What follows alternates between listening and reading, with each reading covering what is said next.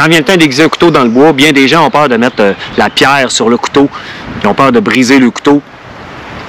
Mais vous ne devriez pas avoir peur parce que normalement, votre couteau devrait être tout le temps bien aiguisé. Vous ne devriez pas laisser un couteau s'user puis la lame devenir plus coupante. Parce qu'un couteau coupant, c'est un couteau sécuritaire. Aujourd'hui, je vais vous montrer deux techniques. Un, avec une pierre qu'on traîne dans nos poches.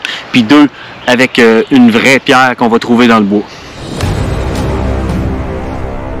La pierre que je vais utiliser aujourd'hui, c'est la pierre qui venait avec le couteau que j'ai eu, le Schrade. Une petite pierre de poche. La pierre, généralement, que vous pouvez acheter sur Amazon aussi, il y en a là, des petites pierres que vous pouvez de poche. Lisez bien sur l'emballage qu'est-ce qui est écrit. Normalement, généralement, c'est avec soit de l'eau ou de l'huile. Je préfère de loin l'eau parce que l'eau, je la trouve partout, peu importe où ce que je vais, c'est plus facile.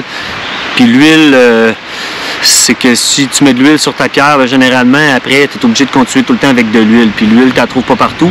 Parce que si tu mets de l'huile, ta pierre, elle devient étanche après ça. Puis là, tu mets de l'eau, puis l'eau ne reste pas dessus. Puis ça fait un gros mess. L'eau qu'on met sur la pierre, il faut le voir comme un lubrifiant. C'est ce lubrifiant-là qui va venir... tant que je mouille, c'est ce lubrifiant-là qui va venir ramasser toutes les petites particules de métal, parce qu'on va se le dire, quand on aiguise, c'est que les particules de métal, on les enlève dessus notre couteau pour venir affûter la lame. Donc, très important de mouiller sa pierre, ça va venir faire une pâte, puis la pâte va absorber les particules, puis garder le coupant, pas garder le coupant, mais garder l'affûtage tout le temps bien. La technique est simple en soi, c'est la même technique que je vous ai déjà montré dans une autre vidéo, sauf que cette fois-ci, on tient la pierre dans notre main, puis c'est la technique qui dit de... on va venir boucher l'écart. Si vous regardez là, mon couteau, parce que je l'appuie, il y a un écart, on va venir fermer l'écart entre les deux. On appuie notre pierre, on vient fermer l'écart. Donc on mouille notre pierre, on va tenir le couteau, la lame vers le haut, qui pointe contre nous, pas vers nous, vers l'extérieur. On va appuyer notre pierre, on va venir fermer l'écart, puis c'est là qu'on va faire des mouvements de haut en bas, tout le long de la lame, de la pointe. Comme ça, on le voit très bien, quasiment mieux qu'avec une grosse pierre. L'écart, si on peut se réajuster en même temps qu'on le fait. On voit l'écart, puis je continue des mouvements de haut en bas.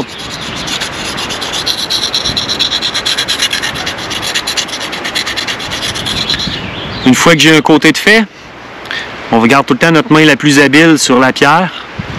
On va venir faire un 180 au couteau. Toujours la lame vers le haut. On va le tenir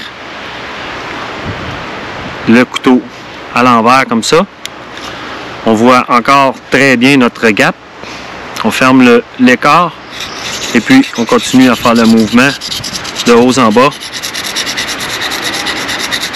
Comme ça, on voit très bien notre lame.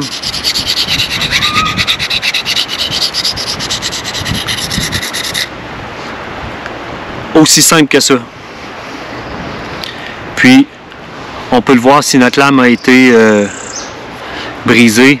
Je l'ai déjà montré. Avec l'ongle, on est capable de sentir s'il y a une accroche, si la lame, notre lame dans le fond est de même. Des fois, elle va venir tordue. On vient, si c'est minime, on ne le voit pas, mais avec l'ongle, on le sent.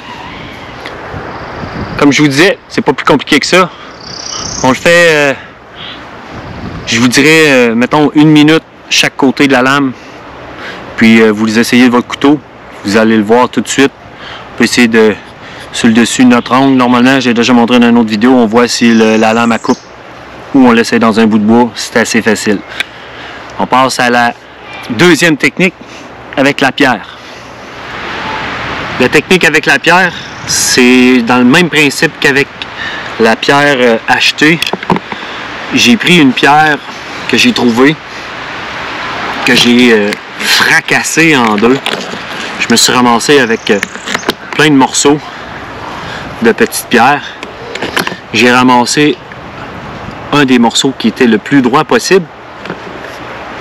Puis c'est avec ce morceau-là, normalement, s'il n'est pas vraiment tout à fait droit, on peut reprendre une autre pierre qu'on va retrouver encore plus droite. de l'éclat qu'on a.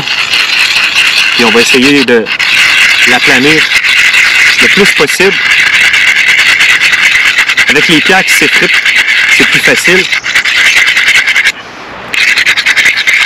Donc, j'ai quand même bien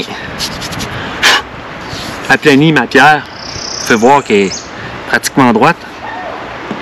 Après ça, je ne vous remonte pas la technique. Le principe est le même. Vous mouillez votre pierre, puis on fait le même stratagème. Puis on y va. C'est sûr que si j'ai ma lame, si j'ai ma pierre personnelle, je vais prendre ma pierre. Je ne ferai pas exprès de m'amuser avec des pierres, mais ça peut dépanner. Puis, je voulais vous parler aussi, le meilleur aiguille, si vous avez peur, vous avez vraiment la chienne, puis vous ne voulez pas, il y a ce petit outil-là que j'ai dans la maison, chez nous, que j'utilise, puis que vous pouvez mettre dans votre sac aussi. C'est un Samurai Shark. Il y a plusieurs différentes marques, là. Je prêche pas pour une autre, mais ça fait la job, là. C'est, dans le fond, on rentre le couteau à l'intérieur. Surtout 1, 2, 3 coups d'un bord. Il y a une coche, vous voyez à l'intérieur. 3 coups de l'autre bord. That's it, that's all, c'est fini. Puis votre couteau est aiguisé. Puis vous n'avez pas à vous casser la tête à savoir si vous allez scraper votre couteau ou pas. Razor Sharp Edge. Hey, that's it, guys. Si vous avez aimé, lâchez-moi un petit pouce. À la prochaine. Ciao!